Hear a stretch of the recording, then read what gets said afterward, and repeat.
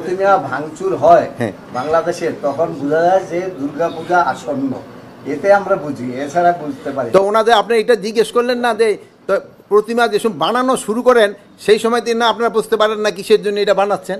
যে পূজা যে শুরু হয়ে গেছে, এটা তো প্রতিমা বানানোর সময় ওনার বোঝা যাওয়ার কথা, ভাঙার সময় কিভাবে বুঝলো?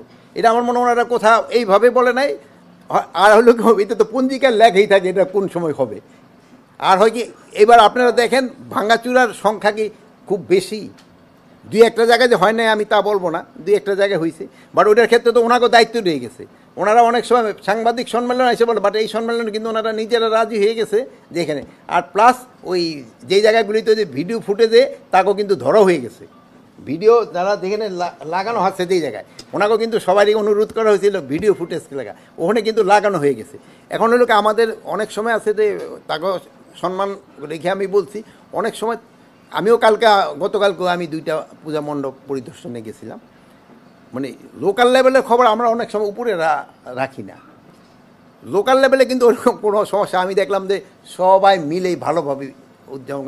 তো দুই একটা জায়গায় যে ছোটোখাটো দুই একটা ঘটনা ঘটতেছে না, আমি অস্বীকার করবো না, ঘটতেছে, বাট ঘটার সাথে সাথে আইনানুগ ব্যবস্থা নেওয়া হচ্ছে।